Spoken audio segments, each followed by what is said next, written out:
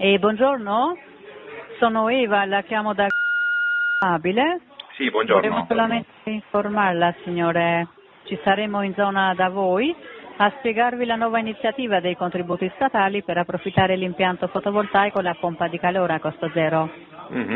Offrite senza impegni e costi, se sarà possibile lasciare anche da voi questa informazione. Troviamo disponibilità? Ma pompe... Perché, Di calore. Ma non ci sono pompe normali?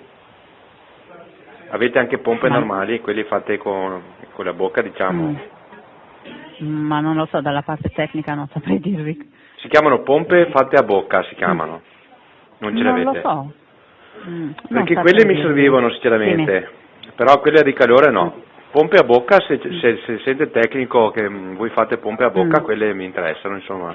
Vabbè, sente, la faccio contattare dal consulente, lui sa tutto dalla parte tecnica su Ma queste cose. è maschio o femmina il consulente? No, il consulente è maschio.